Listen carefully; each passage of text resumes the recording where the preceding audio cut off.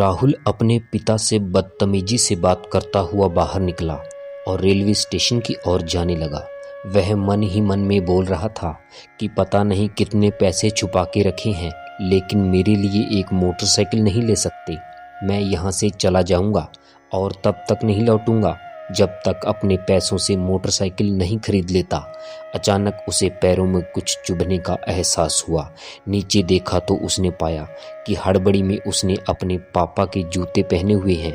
उस जूते में कील उभरी हुई थी जो बार बार उसके पैरों में घाव की जा रही थी, लेकिन उस समय वह क्रोधित था, इसलिए वह आगे बढ़ता चला गया। फिर उसे याद आया कि वह पापा का पर्स भी साथ लेकर आ गया है, जिसे उसने अपने पापा के हाथ से छीना था। तो उसने सोचा कि क्यों न आज इसे चेक किया जाए, जिसे आज तक उसके पिता ने किसी को हाथ तक नहीं लगाने दिया था।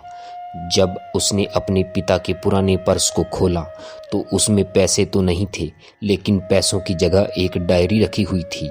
उसने सोचा कि जरूर इस डायरी में लिखा होगा कि किससे कितने पैसे लेने हैं या फिर किसको कितने पैसे पापा ने दे रखे हैं। उसने डायरी को खोला तो पहले पन्ने पर जो लिखा था वह थोड़ा अजीब था, जिसे पढ़ने के बाद उसके चेहरे पर जो क्रोध था वह गायब हो चुका था। उस डायरी में पैसों का हिसाब लिखा हुआ था, जो अलग अलग कामों के लिए अलग अलग लोगों से उधार लिए गए थे। उस सूची में मोबाइल के लिए पैसे लिए हुए थे, जो इस प्रकार लिखा हुआ था, 15,000 बेटे के मोबाइल के लिए। ये वही मोबाइल था जिसे वह आज तक इस्तेमाल करता आ रहा है, लेकिन उस बेटे को ये नहीं पता था कि उस मोबाइल को खरीदने के लिए पैसे कहाँ से आए थे। उस डायरी में लैपटॉप का भी हिसाब था। राहुल को याद था जब उसने पहली बार लैपटॉप के लिए जिद की थी तो उसके पिता ने उसके जन्मदिन पर उसे लैपटॉप उपहार दिया था, जिसे देखकर वह बड़ा खुश हुआ। और उसे खुश देखकर उससे ज़्यादा खुश कोई था तो वह थे उसके पापा। अब उसके चेहरे से गुस्सा एकदम गायब हो गया था। जब राहुल ने दूसरा पन्ना पलटा तो उसमें कुछ इच्छा लिखी हुई थी। पहली इच्छा जो थी वह थी अच्छे जूते पहनना। ये बात उसके बेटे को कुछ समझ नहीं आई। तभी उसका पैर सड़क किनारे पानी के छोटे से एक गड्ढे में जा पड़ा, जिससे राहुल के पैर गीले हो गए। उसने जूते को पलट कर देखा तो वो नीचे से फटा हुआ था। राहुल ने अपनी माँ को पिता से कई बार कहते हुए सुना था कि अब तो नए जूते ले लो, लेकिन पिता हमेशा कह के बात को टाल देते थे कि नहीं, अभी कुछ दिन और चल जाएंगे, ये जूते कुछ दिन पहले ही तो लिए थे। तभी उस डायरी को पढ़ते पढ़ते वह रेलवे स्टेशन पहुंचा और एक बेंच पर आकर बैठ गया। और अब उस डायरी का आखिरी पन्ना उसने पलटा तो वहां कल की तारीख लिखी हुई थी।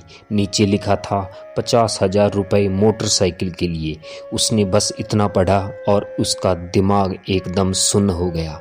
अब उसके मन में कोई गिला शिकवा नहीं बचा था। आंखों से आंसू आ गए।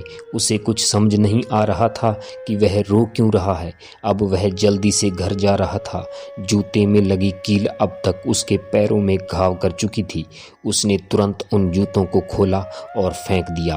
अब वह नंगे पैर ही दौड़ पड़ा और घर पहुंचा, लेकिन उसके पिता घर नहीं थे। राहुल समझ गया कि उसके पिता कहाँ गए होंगे। वह सीधा बाजार की ओर भागा और बाइक वाले की दुकान पर पहुंचा। उसके पिता वहीं थे। उसने अपने पिता को दौड़कर गले लगा लिया। उसकी आंखों से आंसू रुकने का नाम नहीं ले रहे थे। उसके पिता समझ नहीं पा रहे थे कि हुआ क्या है। उसने पिता से कहा कि पापा, मुझे मोटरसाइकिल नहीं चाहिए, आप अपने लिए जूते ले लीजिए। अब आज से मैं जो भी करूँगा वो अपने दम पर और अपनी मेहनत से करूँगा।